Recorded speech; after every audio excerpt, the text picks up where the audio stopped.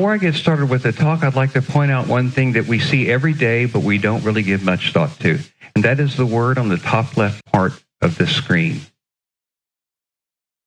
It's the reason we are here. It is what called us all here. There was something within that word that resonated with us and brought us to this gathering. Today, I'm going to be talking about my book. There's only one of us here, and it's not you. By the end of this talk, you'll know exactly what I mean by it's not you. It's not a big surprise. You may guess it during the talk. I've been a musician for 60 years. I'm 66. I started actually when I was 4. So I've been playing almost as long as I've been talking. So it's so natural to me. I've been an audio engineer and producer for 35 years in Austin, Texas. But most importantly, I've been a Course in Miracles student for approximately 30 years. And this book is a direct result of studying the Course. Now, you may ask, why this topic? This seems like a strange topic for a musician to write about, right? Oneness. It's because sometimes the blatantly obvious can be ignored. We live in a vast sea of oneness, but many of us see separateness. We see that which is different. So I felt guided to address this in a way that did not use trigger point words. In other words, there's no mention of God. There's no mention of spirituality. There's no mention of religion. It's just common, everyday conversations that happen anytime. The reason it's so important is because our thoughts create our experience. So how we think determines what we experience. It also determines how we feel. So I could stop now and just say, okay, that's the topic of the book, and thank you very much for coming, and moving on to the next phase of the service. However, there's more. We live in duality. And you may ask, well, what does that have to do with oneness, and what does it have to do with us? And exactly what is duality? What does that mean? It is the world of opposites. We live in a world of opposites. That would be hot and cold, left and right, up and down, very obvious things. But things that are not so obvious, us and a them. So group against group, country against country, separation. And probably most importantly, there's a you and then there's a me. Okay, living in duality, we tend to place more importance on things that are close to us, things that mean something to us. And things that are not close to us, we tend to put less importance on. In other words, there's a hierarchy of value within the things that we see within duality. Now, interestingly enough, and this comes directly from the Course, all guilt comes from this thought. All guilt, every bit of it. Guilt and anxiety comes from the thought that we are separate. Because we see something that appears to be different in a world of oneness, guilt begins there. All feelings of guilt and anxiety come from a conflict between our conscious mind and our subconscious mind. Okay, so what's the difference between conscious and subconscious? Our conscious mind is what we think every day. Our subconscious, we may not even be aware of. It does affect our life, it does affect our feelings, but it's kind of hidden. It's in the background. This causes conflict because the part that believes you are separate from everything is in conflict with the other part that knows you're not. Your conscious mind believes we're all individuals, and we live our lives thinking that, okay, I'm this, and he's that, she's this, and we're this, and they're that. But your subconscious knows that it's just looking at itself. We're all one. So that's where conflict and guilt come from. Now, within this duality, there are two opposing beliefs. We have one belief that states that you're separate from everything. And the other belief would be that we're connected to everything. And the idea of separation is preposterous.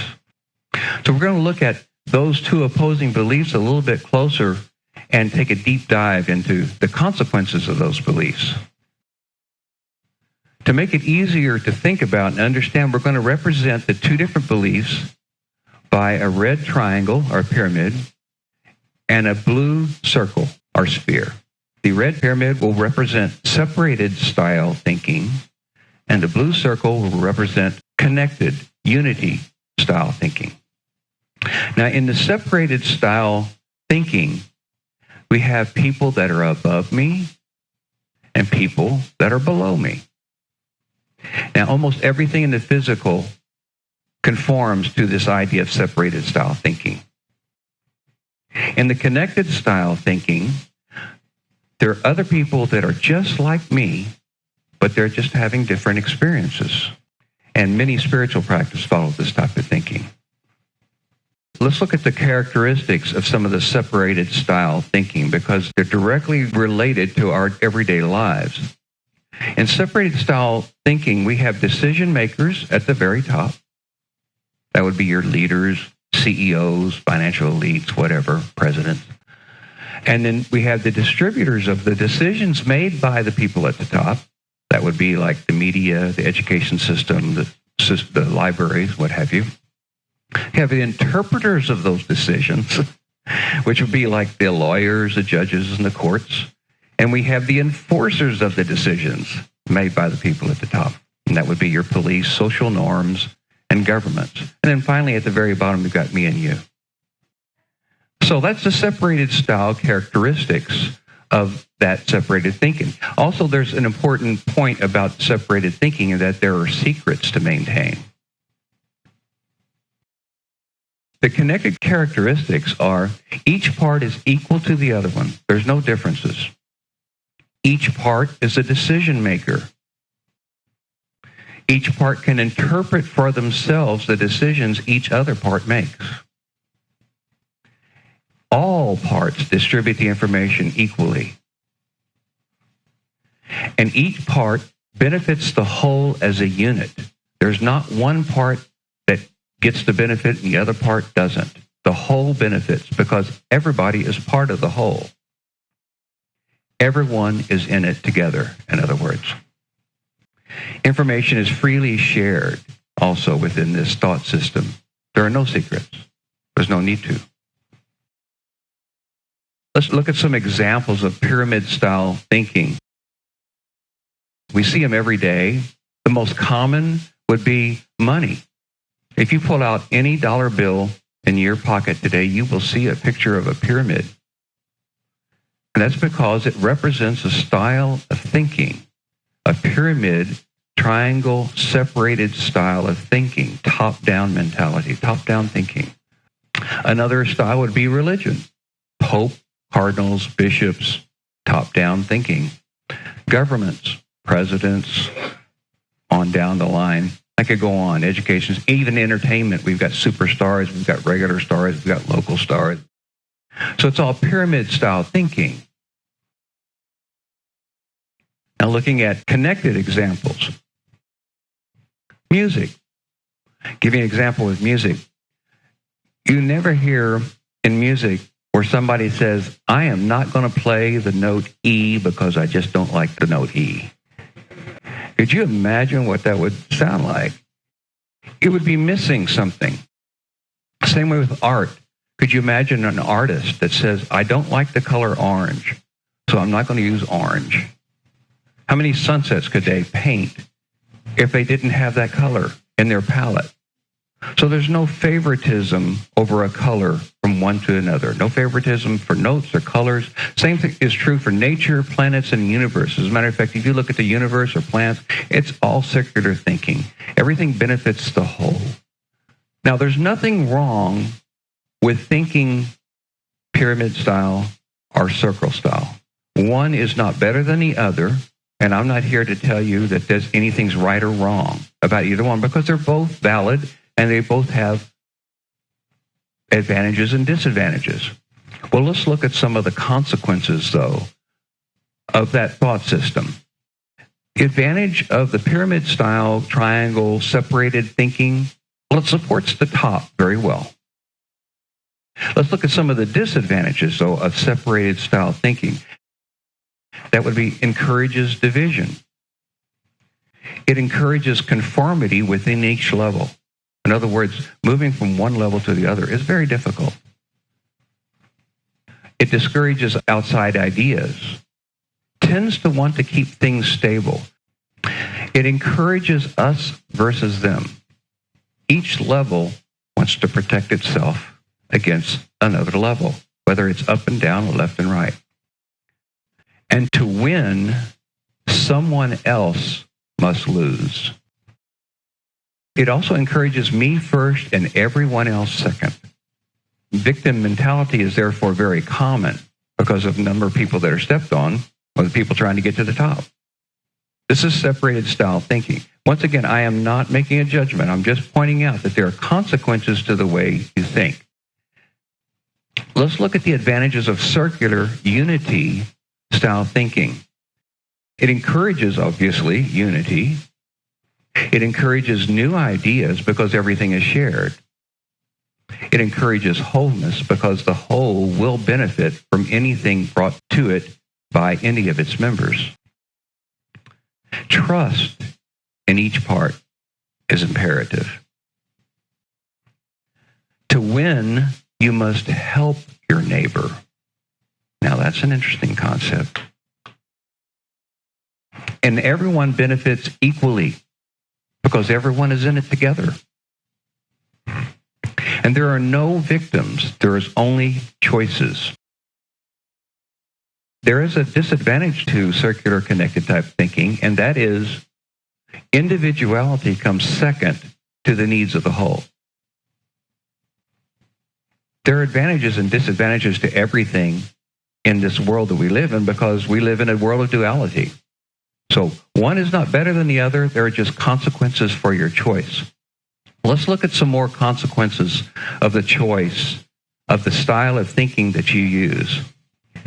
In the separated thinking style, generally, this thought prevails. My happiness depends on something outside of myself. Since I'm not everything, I can't have everything, so what I need is somewhere else. So my happiness depends on something outside of me. In connected circle style thinking, happiness is a choice I make because everything is me. So who cares? And why does this matter? And what does it have to do with my book? Well, it matters because our thoughts create our experience. My question to you today is, how do you think? Do you think separated style or do you think connected style?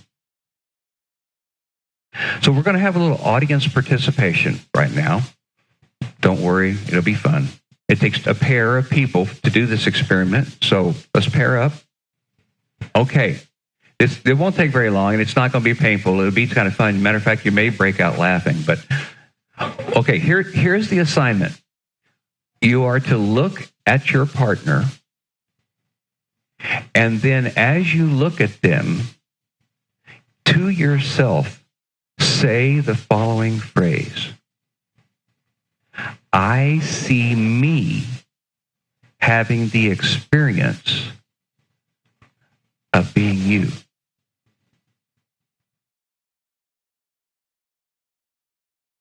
The idea is to try to see if you could see that that person that you are looking at right now is actually you having the experience of being them.